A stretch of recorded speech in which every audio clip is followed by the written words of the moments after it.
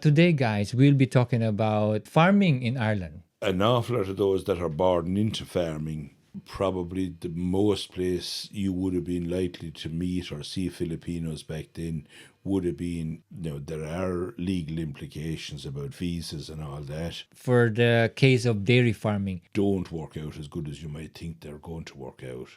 not born into the farming family. Yeah, and you need to have the... Tara! Let's talk. Tara! Let's talk. Ladies and gentlemen, welcome back to our podcast. This time, we have a guest and, of course, a friend of mine, a long-time friend of mine, actually. He was one of the first people or person that I've met, a proper Irish man, basically. Yeah, this was, I would say, nearly 20 years now. Michael Trehi, a good friend of mine from Tipperary. Thank you, Don. Okay. Welcome, Michael, to our podcast. Just before Michael says something, today, guys, we'll be talking about farming in Ireland. And there's no better way than to speak about it than our good friend here, Michael Trehi. Again, welcome to the podcast. And how are you? Thank you, Don. Not too bad. Not too bad now. I'm a farmer. I'm just retired from milking cows. I spent 45 years milking cows. I had another job into the video business like you, and that's how we met so many years ago. But primarily I was always a dairy farmer, and I have just given up milking cows after 45 years. But I continue to have some dry stock. I have a love of the land. I would definitely say anybody who wants to go farming, it's a great life, but you don't do it for the money, you do it for the lifestyle, and in most cases it's a way of life rather than just a business. But It's the of course, passion. It's the passion. Yes. And in today's economy, of course, it has to be treated as a business to some degree. But rather than me retire when I came to what I consider retirement age, I won't tell you exactly what age that is. Yeah. But Very young, guys. Very young. very young, yeah, a young retiree. Yeah. Rather than give it up completely, which I just don't think I could do. I have kept some of the land and some stock as a kind of, hopefully going ahead, a hobby farmer. Perfect, yeah. It's not an easy life unless you're cut out for it, and if you're cut out for it, then you could argue that you never work a day in your life. There's lots of physical work. It's in my case, as in the case of most farmers, they're working at home all their lives. They're so you don't have to, like our city counterparts that might have to get up in the morning and travel maybe an hour to work or 2 hours to work. I roll out of the bed and I'm at work. I worked in basically almost until I rolled back into the bed again. So Yeah. I am my own boss, but margins are very tight financially. Bookwork has become much more... we're farming now in the office nearly as much as we are out on the land because of all the schemes and all the traceability that we have to adhere to. So for all those reasons, and I'm lucky enough, I suppose, in one way that I was always kind of technically inclined, and I embraced computers when they came out, and they helped me a lot. That would not be a very general thing for farmers, but like for those that do, and for the younger farmers, the older fellas wouldn't have been in general very tech savvy. But the younger lads coming up now are, obviously, and that's a big advantage to them. But Michael, before we go any further, right? Just for those people who are watching this podcast and listening as well, take us back to what is farming really in Ireland, because there's a big difference between when you say farmer in the Philippines and farmer in Ireland, or how do you become a farmer in Ireland? Um, Foolishly.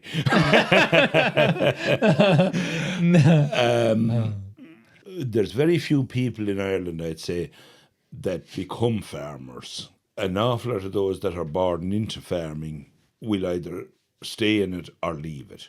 And at the moment, with the present economic climate and everything else, the majority of even younger farmers and younger individuals that are born into the land tend to leave the land for other ways of life that are more promising financially and more free time. Because once you're farming, and especially if you're into dairy farming, it's a 7 days a week job, and you're responsible for it 24 hours a day. To get into farming, if you don't have land, it's definitely the cost of land to get into farming is prohibitive. It's just, I couldn't even say it's viable to lease a farm in Ireland if you have to lease all you want to farm. Leasing land in Ireland is okay if you already have, say, maybe 100 acres and you want another 40 or 50 acres, and if it's available to you within a reasonable geographic distance, that you can make it work for you that way. But definitely you're not going to be able to buy land solely for agricultural purposes, and to think that it's going to work on its own merit. So, Most farmers in Ireland have some or all of their land bequeathed to them, or they get it through successionary rights. okay, so you cannot apply for the land. It is hard. Like For example, for myself, if I want to be a farmer and I know nobody, I couldn't just get an application, or unless. that that isn't, you can, if you want to get into land, if you want to get into farming, you can get the you can apply for a herd number, and there are certain criteria you have to apply for. That'd be no problem. And for somebody like you who's already a millionaire, you'd have no problem buying the problem, land, yeah, yeah. But For a starter, someone who's just starting, for somebody just starting, like the land, good agricultural land is ranging anywhere from maybe 8 or 9 thousand an acre up to 30,000 an acre. Now, the money that's out of it, or if you were to try and make a living out of it, you'd need to start off with anyhow. You'd need to have 100 acres plus to have make a good living out of it. anything of a decent living out of it, and that 100 acres is going to cost you at least $1 million. Okay. Then you're going to have to stock it, which is going to probably cost you another $500,000. And structures, you need facilities then for your animals. Now, dairying over the years has probably been about the best agricultural money-making business or side of it, and there's definitely not any more than maybe €400 or €500 an acre to be made out of dairying, doing your very best and availing of every clause there is in it. And if you make up the sums then as to how long it is going to take you to pay that back, it's you're going to be a lifetime paying it back unless you get some of it unless you inherit Yeah. at least some of it. That would leave for those who are into, let's say, fresh graduate and they're just interested into farming. They cannot just get into farming because they have no money. Like Yeah, if I suppose if they have the interest of farming if and they then had they the have no interest in money. if they had the interest in Yeah. farming and didn't have money, there are elderly farmers out there like myself, I suppose, that wouldn't have anybody coming on after them that want to take over. And now there are situations where that becomes possible, that they could get into a young person could get into share farming with an older farmer, where they'd take on the most of the work.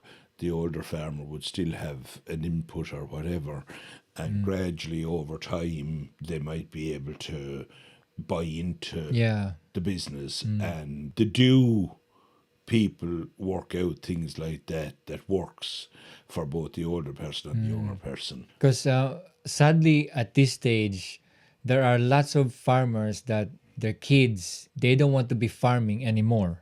That's true. But there are also other kids who are not born into the farming family, Yeah. and they love farming.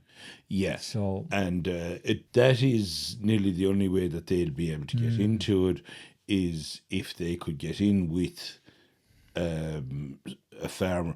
Farming is it is a passion, it is a way of life, and if that's what you really want, and if as an older farmer, if that's what you always wanted all your life, you don't want to see your farm going, you don't really want to sell it, lots of people don't want to lease it out. There is, in that instance, a hope where the older farmer might take on a young enthusiastic entrant, and it can work. Partnerships in that situation can work, do work in places. It's something that there's not an awful lot of people getting into at the moment. It's starting to get a little bit more popular, but it's a slow process getting into it, and it would be probably a slower still process getting through the whole thing. But it is definitely something that's there.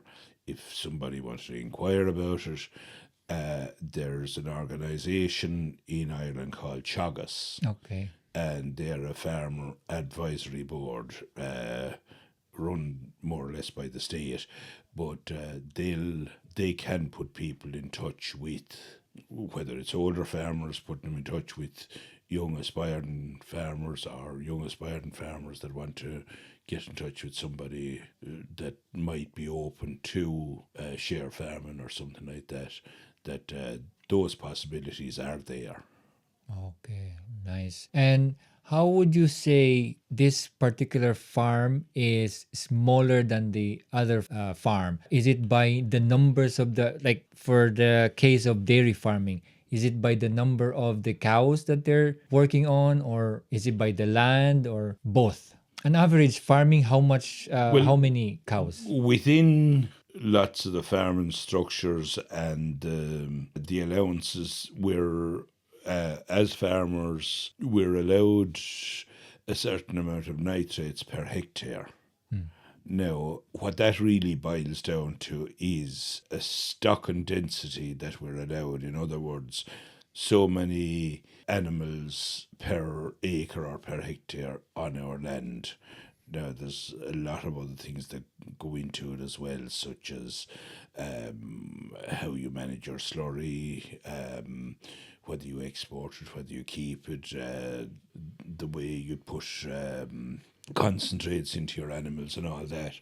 But leaving all those details aside, I suppose, being an older individual, I'm more inclined to think in acres than hectares. There's 2.47 acres in a hectare. So if you're interested, you can do the maths yourself on that one. But I suppose you would roughly be allowed to keep about a cow to the acre. Okay. there's other details involved in that as well. That if you have a very high yielding herd, very high yielding cows, you're actually allowed to keep less of those per acre or per hectare than you are lower yielding ones. But as a very rough rule of thumb, you're probably allowed around a cow to the acre. And you'd need, dependent then of course on exactly what your needs are, but you'd probably want 100 plus cows to make just a basic income, a basic what will I say, average income. You'd need 100 plus cows to keep your income that you can live out of. You're not going to go mad on it. You could make a living out of that.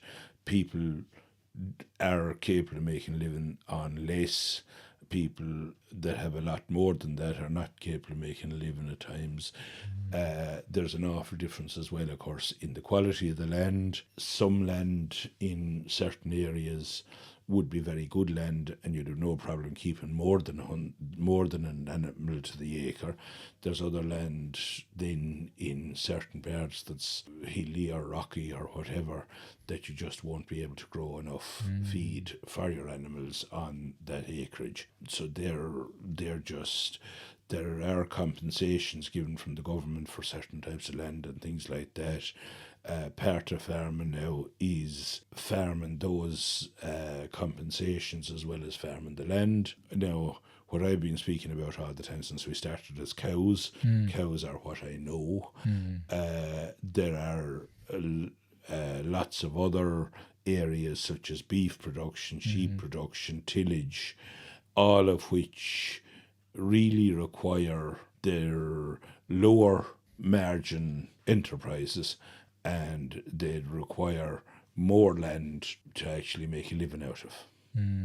When it comes to the dairy farm, when it comes to business, you don't have to worry about, or do you have something like an agri cooperative or something like that? How does it work really? The way, the logistics and all these things. Yeah, there's that's pretty well done for us. There's a number of dairies in Ireland. The ones you might have heard about would be the likes of Kerry Co-op, Tier Lawn, that used to be Glanbia, and prior to that, Avonmore. There's Connacht Co-op, there's Dublin Dairies, there's different dairies around the country.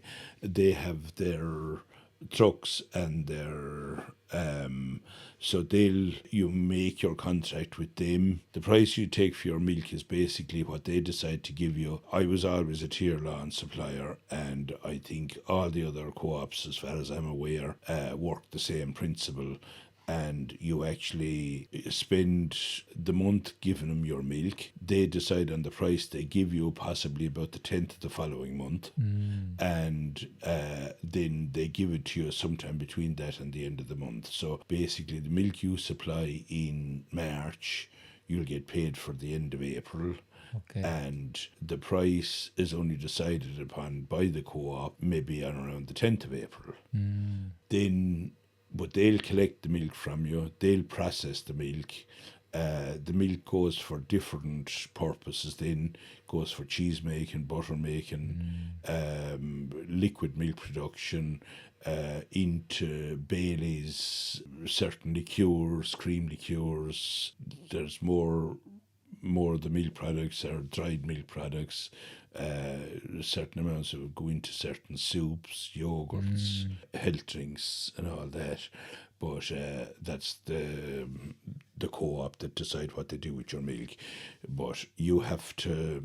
Is there a demand of how much liters you should be supplying every month? A quota? Not really, no. There are certain situations that you can get into where you can offer a certain quota of milk to your creamery for a particular purpose, like liquid milk production.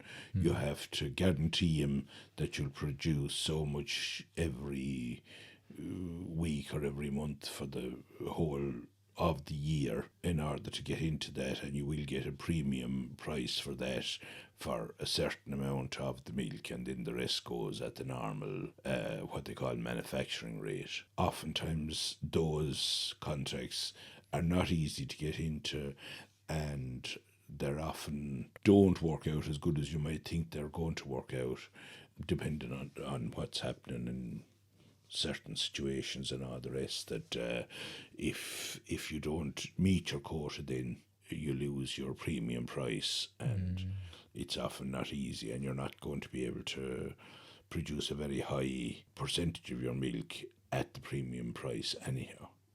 So, and that's assuming the co-op want it. In the Philippines, when you say that person is a farmer, it's so different from here. A farmer in the Philippines, you're just like working for the farm. In here, when you mention farmer, they always say well off. As you were saying there about the business of farming, it is not easy. It's obviously it's hard when it comes to lifestyle. But is there anything that you would say, oh, I am glad I'm a farmer? I'm glad I'm a farmer. Okay. I've been farming all my life. I did the Leaving Cert in school, and as soon as I had the Leaving Cert done, I went to agricultural college. At the time, it was a 1-year course. It's now 2 or 3 year course, and I came home immediately. And I'm farming since on a dairy farm. There's nothing in life that's 100% perfect in every way, but I always enjoy getting up in the morning, going out, you're working at home all day long, you're working out in nature, you're working with animals, with crops, you have hopefully the sun shining on you, even though in Ireland it's often the rain. Yeah. But it's a healthy lifestyle, it's a physical life. There are more... Physically, it's easier now. It's because of mechanization, that there's so many implements for tractors and so many computerized machines that can do things for you. As a result, I know of quite a few younger farmerettes, that's female farmers, which was not something that was Popular in the past. popular in the past. Now, there were always some, but I think that the percentage, I'm not saying this because I know it for definite, but I just think from looking around me that there would be a much higher percentage of farmerettes now than what there were in 40 years ago. I'm glad that I was always my own boss. I always had a healthy lifestyle. You work out in the air all day long. You're your own boss to a certain degree. There's an awful lot of deadlines we have to meet and all the rest. So it's not a case that you can just take off and go to the pub every day if you want to. But like, you do have a certain amount of autonomy over your life like that, but you're also responsible for minimum 100 or possibly a few hundred animals, which need to be cared for 365 days a year, or the crops, if you're into crops, and you're dependent on the weather as well, and they're going to have to be done when they need to be done, whether you want to go socialising or not that day. If you want to make a go of farming, you have to put your business first and your social life and your personal life second. Second, yeah. If you're okay with that, it's a great life. If you're not okay with that, go into an office somewhere. Oh, yeah. You know. Yeah.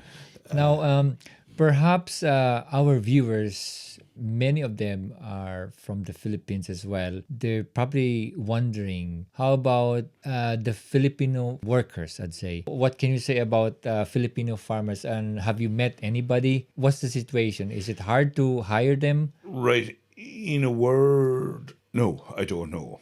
In Ireland, for the past number of years, since my job became very taxing on me, I was anxious to hire somebody to help me on the farm. I found it very hard to get anybody suitable, somebody who's willing to work the kind of hours that are needed to be worked and willing to do it for the kind of money that I could afford, because I couldn't compete with the some of the other businesses, will say, that would have a much higher gross margin or net margin from their businesses. Most farmers that I know of that did succeed in getting somebody ended up actually getting foreign labour.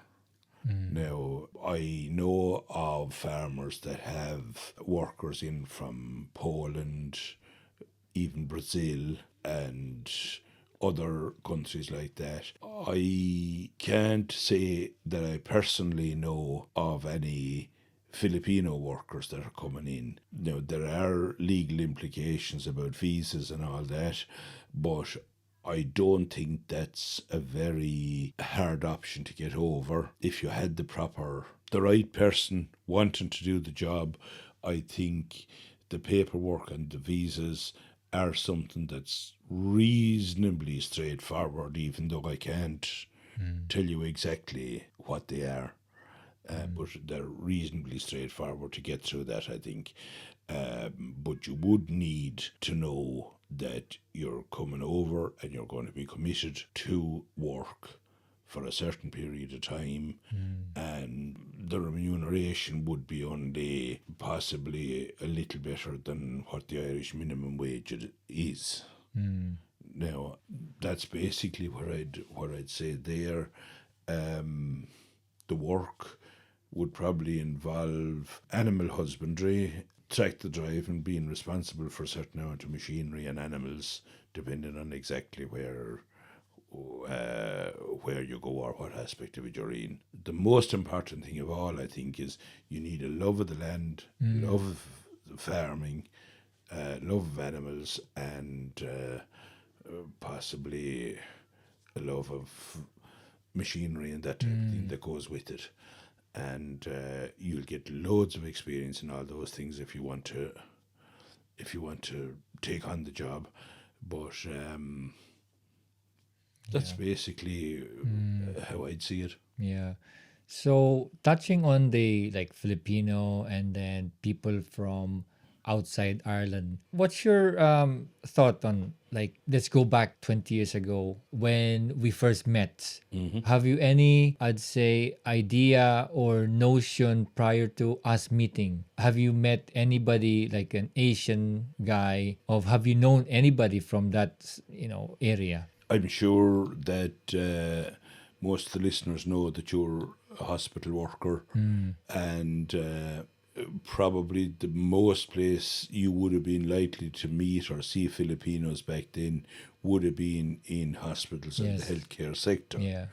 As I say, if I had the option up until a month ago of employing a Filipino for the farm, I would have had no qualms in doing so. I'd have been quite happy to do so. Trying to ask me now to remember back whether I knew any other Filipinos before you 20 years ago. Like, I would have to say that you are the best Filipino friend I have. I have no problem saying that.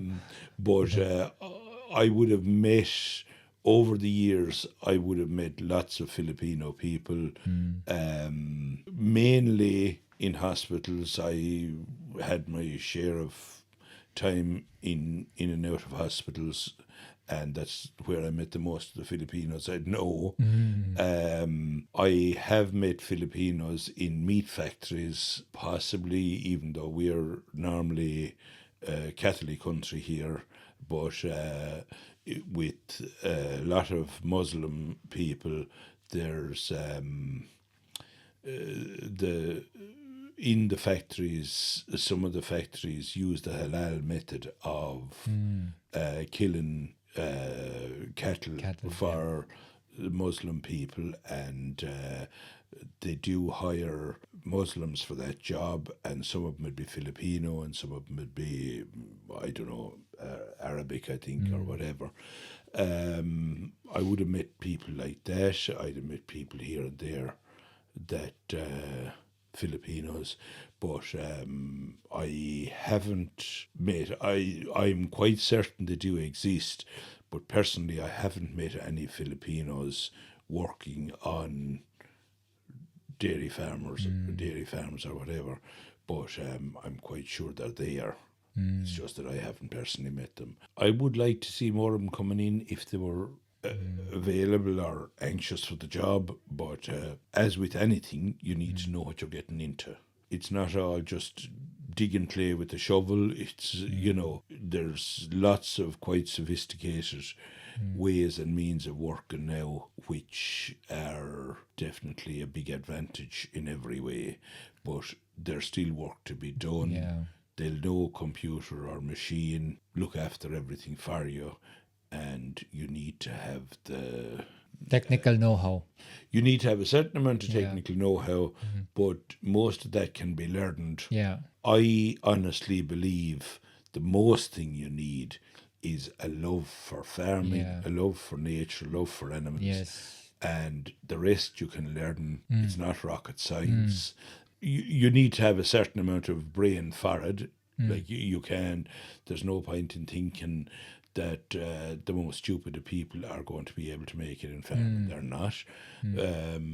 But you don't have to be a rocket scientist either. But you will not survive unless you love the farming and the outdoors. The rest you can learn. Yeah, you need to have the dedication and the interest in it. Dedication and interest, and you do need to realise and be able to put it that your business is going to have to come first, and you're going to have to,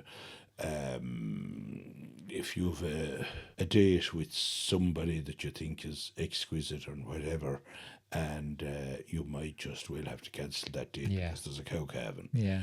Yeah. Yeah. That's basically how I'd see that. Manage the social opportunity I had to give up when I was younger because of work commitments, and over the years they got less and less. Yeah. So that's kind of where I'd see that end of it. I loved it. I still don't want to give it up. Physically, I wouldn't be as capable as I was 20 years ago.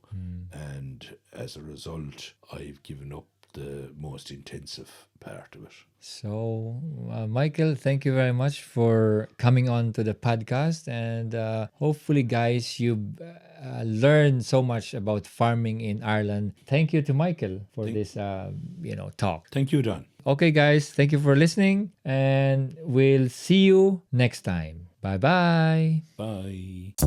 Tara! Let's talk. Tara! Let's talk.